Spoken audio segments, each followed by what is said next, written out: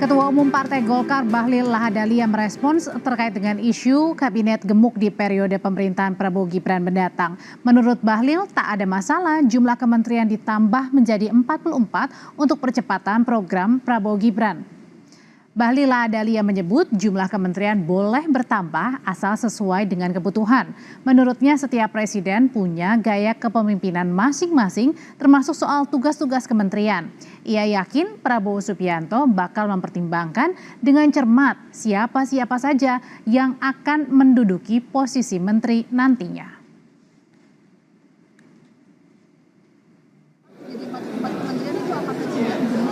Ya nggak apa-apa kalau itu dianggap kebutuhan kan mau melakukan percepatan nggak ada masalah kok, tinggal tupoksinya aja.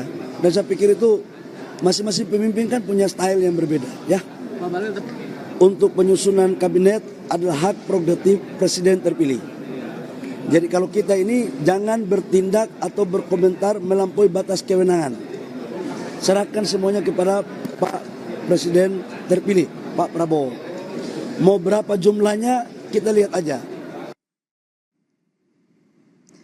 Sementara Ketua Harian Partai Gerindra mengungkap rencana penambahan jumlah kementerian di Kabinet Prabowo Gibran mendatang. Menurut Dasko, soal berapa jumlah kementerian masih terus dikaji.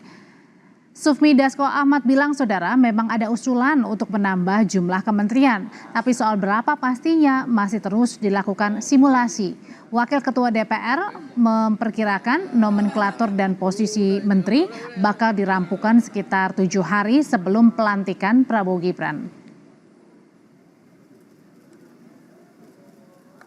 Berapa jumlah sampai dengan sekarang masih kita simulasikan bahwa penambahan kementerian itu adalah untuk optimalisasi daripada tugas-tugas kementerian dalam rangka kita itu memenuhi janji kampanye yang kemudian ada di Asta Cita, program dan program aksi yang kemarin dilakukan pada saat kampanye. Nah sehingga jumlah itu ada yang bilang 44, ada yang bilang 42, ada yang bilang 40. Kita juga masih melakukan simulasi, mungkin nomenklatur maupun orang itu baru akan final H-7 atau H-5 kali mungkin begitu. Ketua MPR Bambang Susatyo mengungkap adanya rencana penambahan jumlah kementerian dari 34 menjadi 44 kementerian. Bamsud menyebut ia mendengar sejumlah nama calon menteri antara lain politisi Partai Golkar Nusron Wahid dan politisi Partai Amanat Nasional Viva Yoga Mauladi. Bambang Susatyo mengaku mendengar percakapan ala warung kopi soal berapa jumlah kementerian yang akan bertambah nantinya menjadi 44. Bahkan Bambang Susatyo menyebut Nusron Wahid adalah calon menteri ketenagakerjaan di era kabinet Prabowo Gibran. Politisi dari Partai Golkar ini juga bilang Partai Amanat Nasional PAN akan mendapat 5 jatah kursi menteri. Ini juga sangat disebut-sebut calon menteri. Pembicaraan di banyak warung kopi, PAN dapat kursi 5 menteri. Jadi salah satunya adalah Mas Viva Yoga. Masuk di akal 5 menteri untuk PAN karena nanti jumlah menteri akan bertambah dari 34 menjadi 44. Wakil Ketua Komisi 1 DPR fraksi Partai Gerindra Sugiono merespons dirinya masuk dalam jajaran Menteri Pemerintahan Prabowo Gibran. Sugiono bilang penentuan nama menteri sepenuhnya adalah hak Presiden terpilih. Sugiono yang merupakan lulusan SMA Taruna Nusantara mengaku tidak terlibat dalam pembahasan kandidat Menteri Pemerintahan Prabowo Gibran. Sebelumnya, Wakil Ketua Dewan Pembina Partai Gerindra Hashim Joyo Hadikusumo menyebutkan 2 hingga 4 menteri pemerintahan baru adalah alumni SMA Taruna Nusantara. Saya tidak terlibat dalam pembahasan apakah saya masuk atau tidak. Saya kira kalau konteks itu ya, itu kan karena waktu itu beliau berbicara di hadapan forum yang kebetulan ada kepala SMA Taruna Nusantara. Saya kira kalau misalnya waktu itu juga ada kepala-kepala sekolah lainnya juga akan disinggung. Tidak ada eksklusivisme lah. Saya kira dalam rangka memecahkan masalah bangsa ini tidak ada batas-batas itu tadi, alumni-alumni ataupun kelompok-kelompok ataupun partai-partai bahkan gitu. Tapi ini merupakan semua effort bersama lah kan gitu. Sebelumnya, Wakil Ketua Dewan Pembina Partai Gerindra Hashim Joyo Hadikusumo sempat memberikan bocoran soal 4 sosok menteri di Kabinet Prabowo Gibran, lulusan SMA Taruna Nusantara. Tapi Hashim enggan membocorkan siapa saja sosok yang dimaksud. Di Kabinet Prabowo sekarang ini ada beberapa alumni SMA Taruna Nusantara yang jadi menteri. Saya sudah hitung 2, 3, 4 mungkin. Lulusan SMA Taruna Nusantara bakal jadi menteri di kabinet yang baru ini dibentuk, akan diumumkan. Saya sudah tahu banyak nama-nama yang masuk, tapi saya janji tidak boleh membocorkan. Presiden terpilih yang juga Ketua Umum Partai Gerindra, Prabowo Subianto, sempat membocorkan siapa saja yang akan mengisi kabinet pemerintahan yang mendatang. Saat penutupan Rapimnas Partai Gerindra akhir Agustus, Prabowo minta izin Jokowi agar sebagian diantaranya kembali bertugas di kabinet Prabowo Gibran. Kita ini kalau diajak, ini menteri-menteri jujur ya, pada begini kan kalau diajak beliau, Pak, pada ngeri Pak, diajak Bapak keliling Pak itu. Waduh ini, nggak bisa tidur katanya. Di pesawat itu 5 jam terbang, 5 jam diskusi. Jadi itu alasan Pak. Kalau Bapak ajak, mereka itu alasan. Bapak Presiden kami jemput di Merauke. Dia mau terbang duluan. Nggak berani terbang sama Pak Jokowi. Akal kalian, aku sudah tahu ini. Pak, maaf Pak, karena Bapak pilih orang-orang hebat, mungkin sebagian dari mereka di kabinet saya Pak nanti ini. Tapi saya sudah tahu akal kalian. Lalu tepatkah penambahan jumlah kementerian yang bakal berdampak pada membengkaknya anggaran, dan apakah bertambahnya jumlah kementerian selaras dengan visi misi pemerintahan Prabowo Gibran mendatang? Kita bahas bersama Wakil Ketua Umum Partai Gerindra Habibur Rahman dan peneliti Institute of Southeast Asia Studies ISIAS Made Supriyatma. Bli Made, selamat malam. Bang Habib, malam. Selamat malam. Ya, selamat malam. Assalamualaikum. Waalaikumsalam. Saya pertanyaan pertama mau ke Bli Made dulu. Bli Made mengutip pernyataannya dari Bang Sufmi nih, bilang bahwa penambahan jumlah kementerian di pemerintahannya Pak Prabowo ini adalah untuk mengakomodir pemenuhan janji-janji Prabowo Gibran selama masa kampanye. Pertanyaannya, penambahan jumlah kementerian benar untuk mengakomodir janji kampanye Prabowo Gibran untuk masyarakat atau untuk pemenuhan janji kepada partai politik yang masuk dalam koalisi? Ya, kalau kita lihat sebenarnya dari sisi real politics ya, ini kan sebenarnya akomodasi dari berbagai kekuatan politik yang akan menjadi penopang kekuasaan Presiden Prabowo nantinya gitu ya. Jadi akan menjadi besar gitu ya, dan menyesuaikan gitu. Dicarikan pos-posnya, kemudian ada tawar-menawar, siapa yang mendapat apa, kemudian kementerian strategis mana yang kementerian kelas A, kelas B, kelas C gitu ya, mana yang strategis, mana yang uangnya banyak dan lain sebagainya gitu, atau mana yang simbolik aja gitu ya. Kalau kita berbicara secara realistis seperti begitu ya. Karena ini memang kalau seandainya sampai 40 atau 44 itu memang besar sekali ya. Kalau kita dalam pengalaman saya Orde Baru itu meskipun belum disebutkan ya Bli Made ya, 44 atau berapa nih ya? Ya, negara sebesar Amerika itu 26 yang kabinet level gitu ya, yang tidak berupa kementerian tetapi kabinet level gitu. Kementerian mungkin cuma ada beberapa gitu ya. Nah, ini akomodasi iya, tapi akomodasi sebenarnya lebih pada akomodasi kepentingan kekuasaan dari partai-partai politik. Tidak ada yang salah sebenarnya dari itu. Ya. Oke, saya tanyain dulu kalau gitu ke Bang Habib. Benar Bang Habib bahwa ini adalah untuk lebih mengakomodir kepentingan-kepentingan partai politik yang masuk dalam koalisi untuk penambahan jumlah kementerian? Ya, kalau kita cermati ya, persoalan ini kan kemarin dibahas di Undang-Undang Kementerian. Dalam balik kemarin di mana semua fraksi ya dari semua partai politik menyetujui bahwa soal jumlah menteri itu akan dikembalikan kepada apa yang menurut presiden terpilih paling ideal. Ya. Jadi tujuannya itu, kita bernegara ini kan paling penting adalah bagaimana apa yang kita cita-citakan bersama bisa terwujud.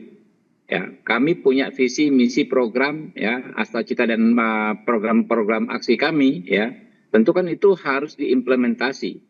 Dan dalam konteks implementasi itu nanti Pak Prabowo lah yang akan tahu berapa jumlah menteri dan bagaimana nomenklatur kementerian yang akan dibentuk, formasinya seperti apa, berikut orang-orangnya siapa.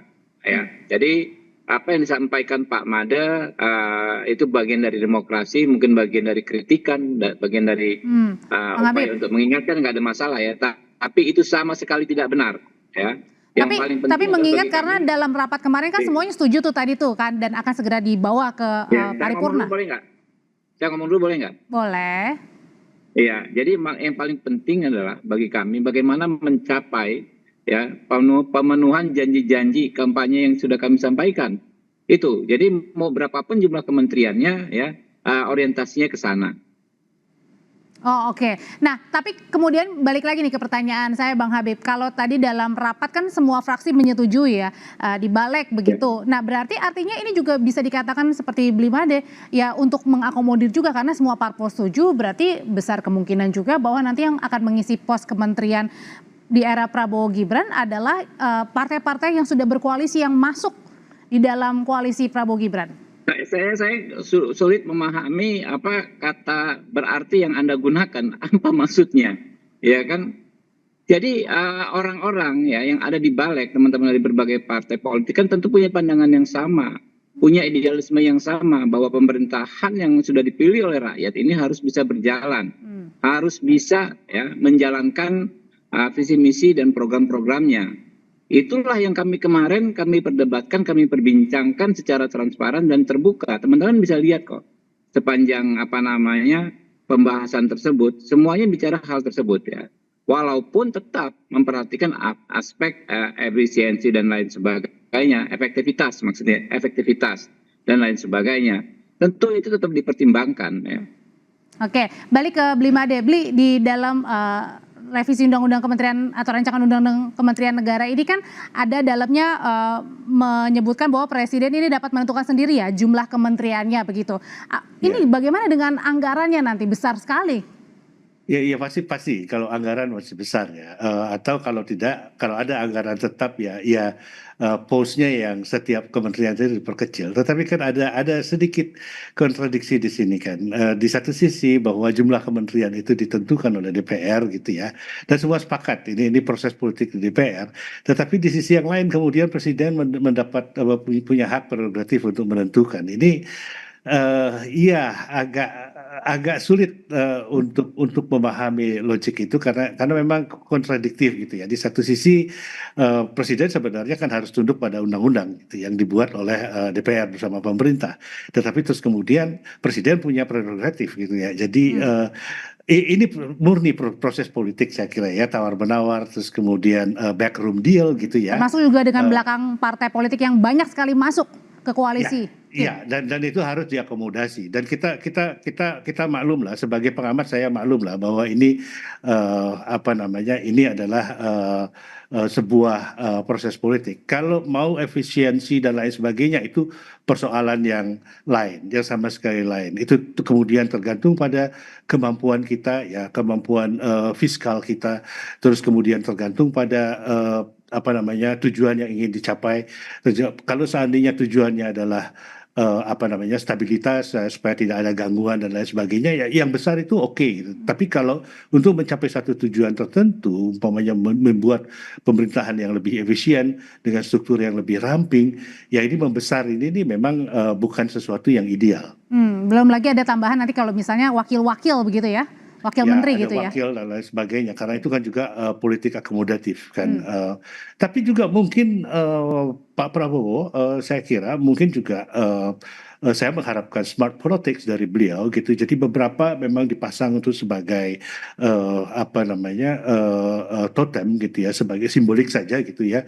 Ada kementeriannya tetapi tidak terlalu berfungsi sebagai penting. Tapi beliau akan saya berharap bahwa beliau akan menggenjot ya memang benar-benar strategis, memberi perhatian yang lebih ke sana dan kemudian mencurahkan juga dana yang lebih besar ke situ. Itu juga bisa. Itu juga jadi alternatif. Ya. Meskipun tetap saja ya nanti menguras anggaran. Kalau gitu balik lagi ke Bang Habib. Bang, sebenarnya kan ini kan tadi kata Bang Sufmi bilang ini masih dikalkulasikan berapa jumlah kementerian nanti yang akan ditambah. Tapi kalau rasa-rasanya ini banyakkan dari mana? Karena kan Pak Prabowo juga ingin nih bentuk kementerian zaken ya, alias banyak kalangan dari ahli begitu, profesional. Yang pertama saya sampaikan bahwa nggak ada kontradiksi ya terkait pembahasan jumlah kementerian dan hak prerogatif presiden terpilih ya untuk menentukan jumlah kementerian. Justru kalau kita mengacu ke konstitusi kita kan hak tersebut memang ada pada presiden. Lalu dipertegas dan diperjelas dengan undang-undang kemarin soal jumlah juga menjadi kewenangan presiden. Jadi nggak ada yang kontradiksi sama sekali. Justru kita semua satu frekuensi ya menjalankan dan mengimplementasikan ketentuan konstitusi. Nah, yang terkait tadi soal efisiensi ya, saya pikir nggak sesederhana itu ya. Kita juga tetap dalam setiap aktivitas penyelenggaraan kenegaraan tentu kita ingin semuanya seefisien dan tapi juga harus efektif mungkin. Jadi kita paham ya, budget kita tentu semua ada keterbatasan. Ya, tapi yang paling penting adalah orientasinya, hasilnya akan seperti apa. Nah, dengan anggaran yang sekian, target yang yang ditetapkan seperti apa, kurang lebih itu kita orientasinya adalah hasilnya nanti gitu. Oke, tapi seurgensi apa Bang dengan adanya kemungkinan besar penambahan kementerian ini? Ya. Karena kalau lihat dalam RUU kan ini kemudian harus dipecah ya, bukan misalnya contohnya kayak hukum dan keamanan ini kemudian harus sendiri-sendiri begitu kementeriannya. Enggak, kalau di RUU tidak ada dibahas seperti itu ya. Nomenklatur kementerian kan memang selama ini akan menjadi hak dari presiden yang efektif yang terpilih ya, yang menjalankan kekuasaannya. Jadi nggak ada undang-undang ini tidak ada merubah ya bahwa presiden menjadi berhak menentukan nomenklatur kementerian, enggak. Memang sebelumnya sudah ada di tangan presiden ya. Oh, bukannya ada ya Bang ya di situ ya? Enggak ada. Oh, nggak ada. Jadi intinya adalah soal angka nih. Kalau ini soal angka ya. Tadi soal pengaturan soal dirjen dan lain sebagainya itu hanya detailing. Oke, balik lagi kalau soal angka kan sampai dengan sekarang masih belum tahu ya Bang nanti akan nambahnya berapa dari 34. Betul. Tapi kebanyakan ini kan Pak Prabowo katanya pengennya menteri-menterinya yang profesional atau kalangan ahli. Ini bagi-baginya gimana ini? Banyaknya porsinya kemana ini? Betul ya. Jadi kita tidak mendikotomikan ya kader-kader bangsa ini apakah dia profesional, apakah dia kader partai politik ya. Kader partai politik kan belum tentu juga tidak profesional. Ya. Banyak juga kader partai politik yang memang profesional. Yang paling penting memang profesionalitas itu, kinerja dan kapasitas dan integritas. Yang paling penting kan itu. Latar belakangnya macam-macam, apakah sejak muda menjadi kader partai politik, apakah baru saja menjadi kader partai politik, itu kan nggak bisa kita persoalkan sampai ke sana. Jadi nggak ada jeleknya juga ya. Menjadi kader partai politik itu bukan sesuatu yang negatif. Bahkan orang yang mau berkecimpung dalam dunia politik dengan menjadi kader partai politik adalah orang yang memiliki semangat juang yang lebih tinggi daripada asal kapasitasnya tepat gitu ya Bang ya. Oke. Kenapa? Ya kapasitasnya tepat ya, sesuai juga dengan kemampuan begitu. Nah, Blimade, kalau gitu dengan penambahan jumlah kementerian ini tidak tahu berapa nanti jumlah pastinya dan siapa-siapa saja namanya, akan ada jaminan nggak dengan makin banyaknya kementerian di era pemerintahan Pak Prabowo dan juga Mas Gibran, ini juga akan semakin menambah keyakinan bahwa kerja-kerja maksimal ini untuk rakyat juga akan lebih cepat begitu terserap ke masyarakat? Tidak ada jaminan untuk itu ya, karena bagaimanapun juga ini kan tergantung dari begitu banyak faktor ya, tarik menarik dan terus kemudian mengakomodasi, terus kemudian memperlihatkan siapa yang lebih kuat. kemudian menetapkan prioritas gitu ya. Ini lagi-lagi saya melihatnya dari perspektif politik ya, bukan dari segi perspektif hukum gitu ya, bahwa kalau ini politik ya kita akan melihat begitu ya. Dan yang jelas presiden memiliki, dan presiden akan diukur di sini sejauh mana dia punya kekuatan untuk membuat dia menjadi pemimpin yang efektif gitu ya. Pada masa pertama Presiden Jokowi itu kelihatan bahwa beliau itu efektif betul menerima legitimasi yang kira-kira pada waktu itu walaupun menangnya tipis gitu, tapi kelihatan bulat gitu ya.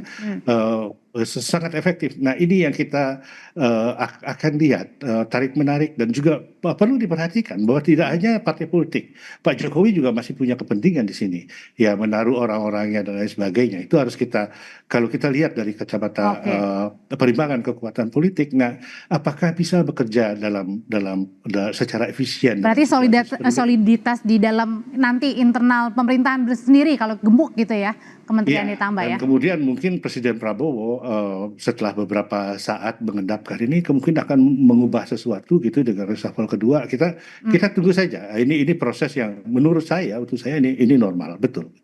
Tinggal menghitung hari lagi kita akan melihat bagaimana postur kementerian di era Presiden Prabowo Subianto dan juga Gibran Rakabuming Raka. Terima kasih Bang Habibur Rahman, terima kasih Blimade. Selamat malam. Terima kasih, selamat malam. Ya, terima kasih.